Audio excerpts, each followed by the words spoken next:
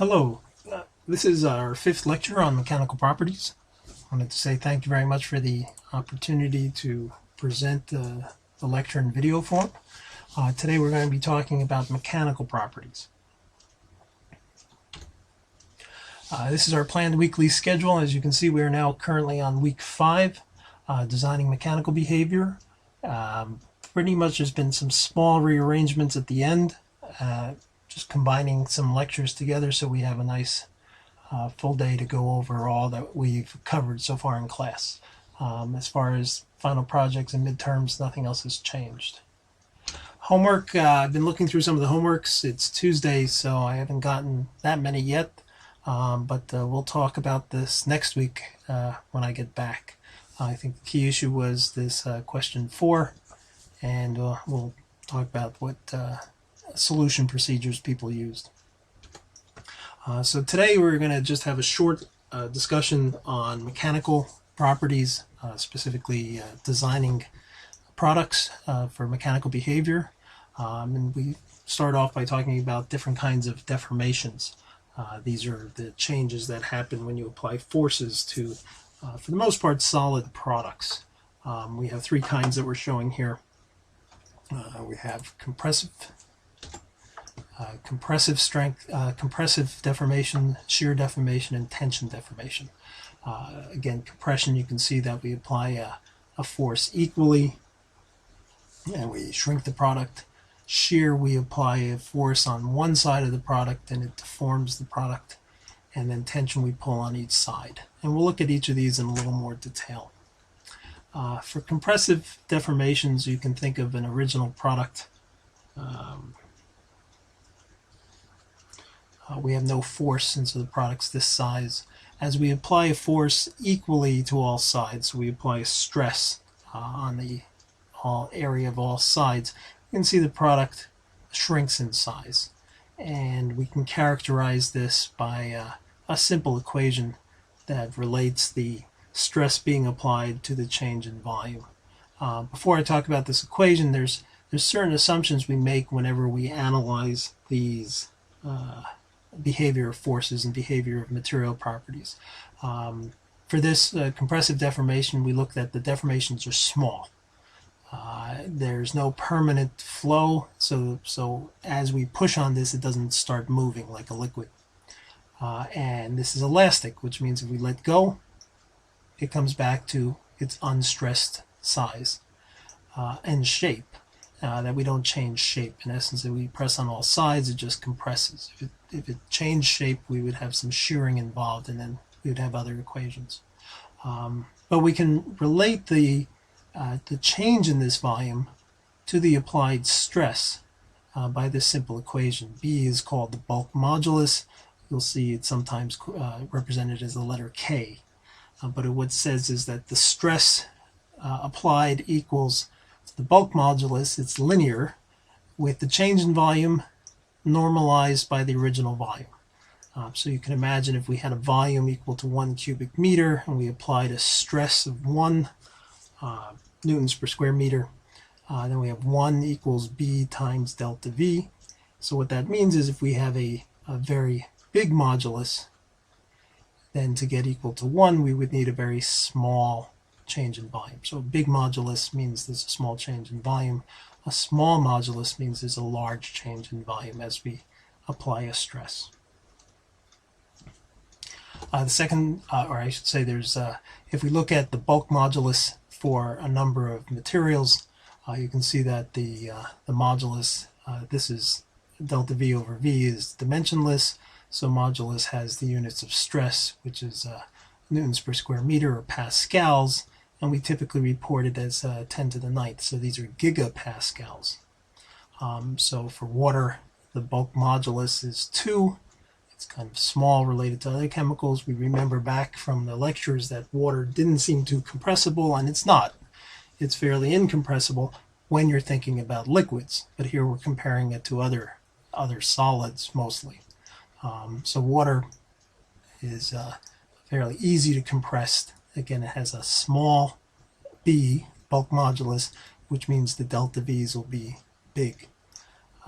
As you look natural rubber, interestingly enough, behaves about the same as water. This is in compression. As you get the solids, polyethylene, polystyrene, these compress a little less. Mercury is a liquid, but it doesn't compress much, and then you get to the coppers and the steels. And diamond is not easy to compress, so does not compress much at all. The second kind of deformation we look at is shear deformation. And it's the same idea, is that, again, we look at how, if we apply a stress, how basically the mechanical aspects or the shape of this object change. In this case, we're applying a force on one side tangentially, so we have a shear. And what happens is this object will deform, giving us, for a given height, a certain delta x, which we measure in this way. The same assumptions, when we analyze this, we say if there's small deformations, no permanent flow, it doesn't keep moving. It's purely elastic, which means when we let go of this shear, it comes back to its unstressed form, and there's no volume change when we do this shearing. The reason for that is this way we don't have any PV work. We're not doing any work because there's no volume change.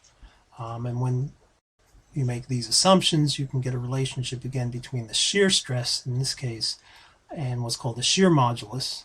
And here we have a change in the, I guess, displacement normalized by the height of the object. And this is the shear modulus. So again, if we have a shear of 1 and a height of 1, same idea that a large G means that delta x is small. These both would have to multiply to equal 1. And so if you have a small shear modulus, you would have a very large delta x. And so if we look at some of the properties, some of the moduli for certain chemicals, water, you can say it doesn't have a shear modulus, or it violates our principle that if you push it, it just keeps moving. So for a liquid, it's really not applicable to look at this relationship. Natural rubber, this is when you shear it, it's very small, so if G is small, it means delta X is big. So natural rubber, if you push one side, the other side will stay put, but you can stretch this side quite a bit. Polyethylene, polystyrene have small values. Mercury, again, is a liquid. You push it, it keeps moving. It doesn't really apply. Glass, copper, steel have mid-size shear modulus.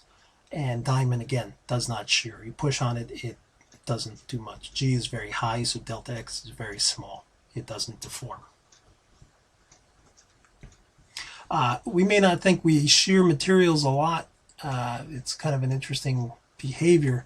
One of the cases where we do a lot of shearing is actually if you analyze how a spring behaves. If you think about the spring in compression, you're actually kind of twisting this around. So if you cut along the length of the spring, you'll actually see this twisting. You'll have a shearing effect. Overall, we have a spring behaves according to Hooke's law, which it seems like just like all the other materials. And you always wonder, this force is proportional to the displacement of the spring. And it's a linear law, and K is what we call the spring constant. The question is, where does the spring constant come from?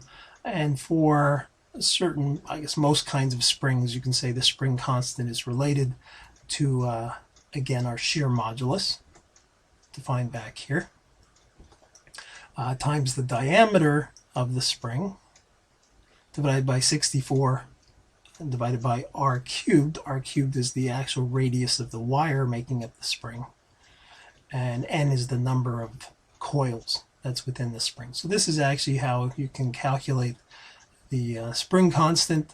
Obviously, for real springs, there's a number of assumptions that go into this formula.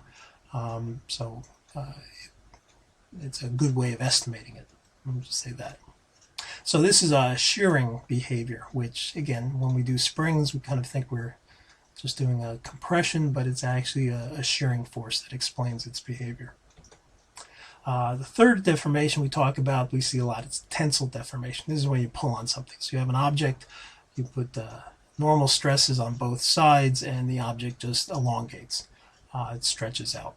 And again, the assumption when we analyze this, it has a linear behavior if the deformations are small. Again, there's no permanent flow. You can't really pull on a liquid. It'll just keep moving. And it's elastic tension. What we mean by elastic is, again, we let go and everything comes back to how it started. Here we have the relationship between the applied stress, the shear stress, and how much this material elongates. This is normalized by the original length, so we have delta L over L. If you imagine we apply a 1 Pascal stress, we have a length of 1 meter, then E times delta L is equal to 1. So if you have a large E, it means delta L has to be small. So large modulus means it's not going to stretch much. A small modulus means that this will be big, delta L will be big.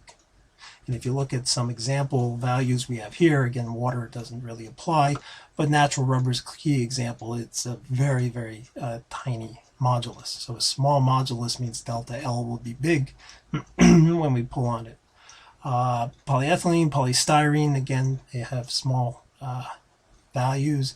Mercury, again, is a liquid, it's not really applicable. And the glass, copper, steel, you can see it gets a little harder to pull on. And diamond is very has very high modulus, which means, again, diamond for given stress, the modulus is very high. The change in length will be very small. So diamond's a pretty amazing material. It really doesn't move. You can try and compress it, you can try and stretch it, you can try and twist it. It doesn't change shape. Pretty amazing material.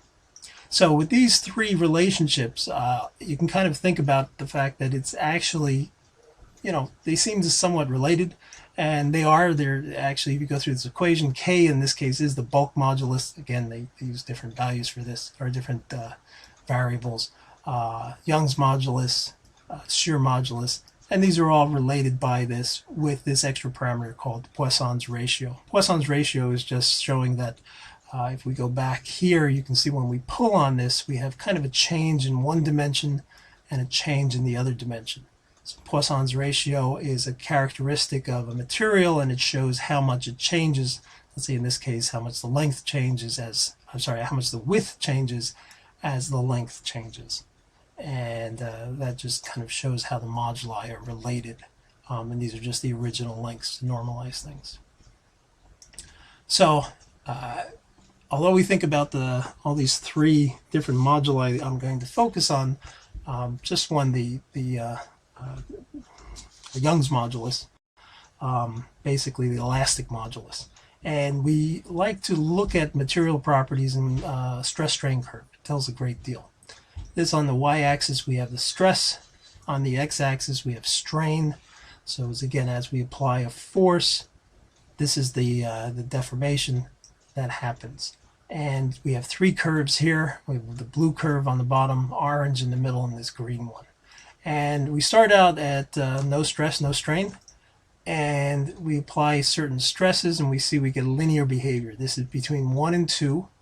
1 and 2 we call this linear behavior. And this is the definition, again, of Hooke's law. And if you take the slope of this, the stress over strain, we have our modulus. In fact, if you go back, this is defined as the strain. This is our stress. And so we have a linear relationship where the slope is equal to the elastic modulus, also called Young's modulus. So if you stay in this elastic region, what that means is you apply a certain stress, you get a certain strain, you release that stress, you come right back. Everything works very nicely. And you'll see different materials will have different moduli corresponding to, again, how easy it is to deform them. What happens when you hit point 2? So you apply a certain stress, you'll get a certain strain. If we look at this curve, we pass through point 2, and the material starts becoming a nonlinear behavior. In fact, from 2 to 3, we call this plastic deformation. The key characteristic of plastic deformation means that you apply the stress, it's stretching. You apply the stress and it's stretching. And then when you release the stress, the material comes back but at some point it's not back to zero. You've permanently stretched the material. It's plastically deformed. It's in essence gotten longer, and it will never go back to its original form. This is the plastic deformation region, and you can see different materials have different amounts of this. A material in this case, you can see it's linear behavior, then at a certain behavior it only plastically deforms for a little bit and breaks. I should mention first at point 3 what happens, the curve ends, meaning the curve breaks at this point, or the material breaks at this point. You can see that this doesn't have really much plastic deformation. We call this a brittle material, something that deforms a great deal. It stretches a lot. It's a ductile material. It can be pulled to great lengths. This is also a ductile material, but it actually takes more energy to do this, so we call this tougher. In other words, you can beat on this more, and it still won't break until it reaches point 3. So the stress strain curve is a wonderful diagram. It tells you a great deal about a material, and you can see how really the elastic modulus comes out of this, and also general characteristics. The dotted line here, we tend to call this the ultimate tensile strength, because that's the most this material can hold. Once it hits actually this point, you see it actually releases this. This is because it starts to plastically deform and actually changes the shape, and so you're actually releasing some of the stress by basically stretching. The elastic modulus for, again, certain materials, what we'll try and do, we can combine these. So here we have polyethylene terephthalate, which has a fairly low modulus, and we have glass and carbon, which have very high or higher moduli, and we have carbon steel. So what we tend to do, and you'll see this in your homework, one of your homework questions, is people say, well, why don't we combine some of these together? And this, when we say we put 15% glass, we make glass into long fibers, and then in essence glue them all together with the polyethylene terephthalate. And we can see that the modulus gets very high, approaching some steels. And there's different polymers with different fibers that can actually give you the same behavior, same mechanical behavior as steels in certain applications, but with much less weight. So this is kind of one of the goals. Now, what we talked about, typically you'll see these graphs at room temperature. This is a polyethylene terephthalate with glass reinforced, so it's a nice material. This is stress strain curve, and it's at different temperatures. And we can see at higher temperatures, 150, these are the bottom curves, the material all has, like at other temperatures, somewhat linear behavior in the beginning, and then it just stretches out, continues to stretch out. Interestingly enough, the behavior changes right around here, which is it's about 60 degrees. So between, let's say, 40 and 90 degrees, we see a dramatic change. The orange line is the 40-degree curve, and the purple is 90. And this is really near the glass transition temperature. So we kind of have a very change in behavior associated with the glass transition temperature, to where these materials become a little more brittle, in that they behave sort of like a glass. They're linear for a bit, small plastic deformation, and then they break. And you can see the general trend as you get colder and colder. It doesn't stretch as much, and you don't actually have a much of a plastic deformation, and it just breaks. And so that's the idea, that as the temperature drops, materials become more brittle. You can see that's even with iron. This is obviously a material that's very strong or tough. These curves are on, this is a massive scale here, so they actually start out, go straight for a bit, and then plastically deform. And you can see that as you decrease the temperature, this still has the plastically deformed region at minus 100, but at minus 200, this is elastic, slight plastic, and then it breaks. So all these materials, as you get some temperature cold enough, it'll behave as a brittle material. Even if you take something, in this case we took a racquetball ball, which is a nice, it's a rubber-like material. It's very elastic. but if you cool it down enough, it can become brittle also. We took this, this was an older ball, but we dropped it in liquid nitrogen for a bit and then tried to bounce it, and this is what happens. It basically shatters, just like glass. It becomes brittle if it gets cold enough. One of the other interesting aspects about mechanical properties, we remember this is our formulation, if you remember, from toothpaste. And we talked once about how in this toothpaste formulation we have silica, which is an abrasive. And silica is another name for sand, if you wish. And the question is, should you be putting sand against your teeth? I'm still not convinced, but there's various, well, let's talk about hardness. This is a question. If you put sand against your tooth, which wins? Is the sand harder or is your tooth harder?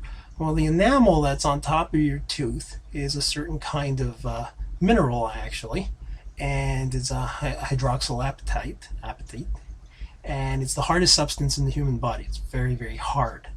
But is it harder than sand? The interesting thing is people have different scales for what they call hardness scales, and Frederick Mohs scale is one of these that's been used for a long time. It came up in 1812, and unfortunately we don't necessarily, there's other scales, but this still needs an area of work. And you have a scale hardness from 0 to 10. Diamond, again, is very hard, and talc and gypsum are very soft. Your fingernail is about 2.5, and pure gold and silver and aluminum, which means if you basically scratch your fingernail against pure gold, you can actually damage it, or maybe damage your fingernail. Depends. It gets close. Copper's a little harder. You can see that the characteristics for teeth is about a 5. And quartz is here on this scale down to 7, which means it's a harder material than maybe our teeth.